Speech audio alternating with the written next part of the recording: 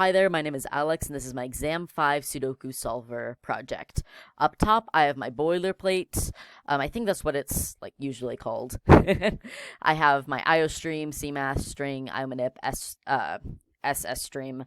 I don't think I really used any of these really other than IO stream, but I like to have them here anyways because I never know what I'm going to use in a project like this, and I really just don't want to have to think about it.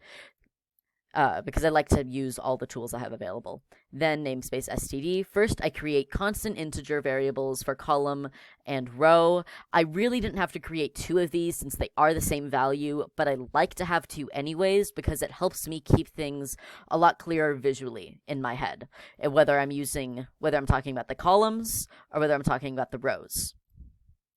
First, I find all the empty spots in this array.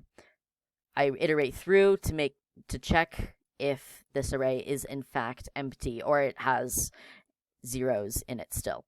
If it has a zero, finds a zero, it will return true because the array is still not filled. This right here checks if it is in fact the number that we are checking through in our solver is in fact an option.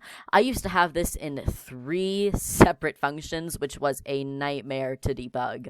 I decided to put it all in one function so I can check it all at once instead of having to try to figure out which individual little piece wasn't working. This just made it a whole lot cleaner and a whole lot clearer. I ended up using this method to go through the quadrants. This was just a lot cleaner and a lot clearer to make sure that I was going through it as I needed to. It was a whole lot easier to actually iterate through and check to make sure I did not get stuck in an infinite loop.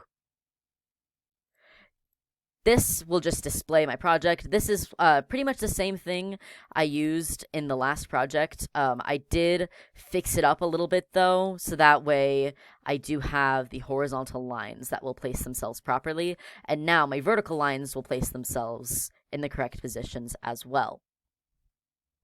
And then here is my actual Sudoku solver. This is the pièce de résistance. This is the piece that makes my entire project work together. It was the hardest part by far for me to do. First, I create a row and column, set it equal to 0, so that way I don't get any errors saying that I have an undeclared value in my variables. First, I make sure that this array isn't already filled. So if it isn't, find empty. If it is empty, returns true. If empty returns true, this whole thing will have to run down here. But if the array isn't empty, which means it's already filled up, it's already solved, it will return the Sudoku solver as true, and I don't even have to worry about the end part down here.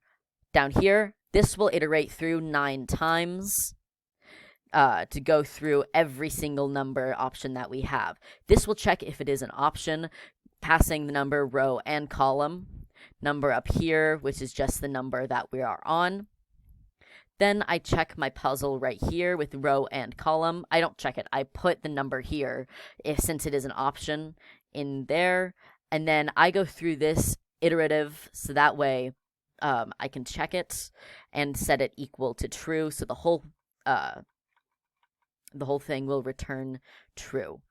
Then down here, I set the row and column so I have the spot available, so that way it can go back through it again in case it just needs to be worked out. And here is my actual project. Here we go. This can load. As you can see here, I have my original puzzle, so you know I'm not fooling you. And then I have my solved puzzle right here, all laid out for you. My name is Alex. Thank you for watching my video.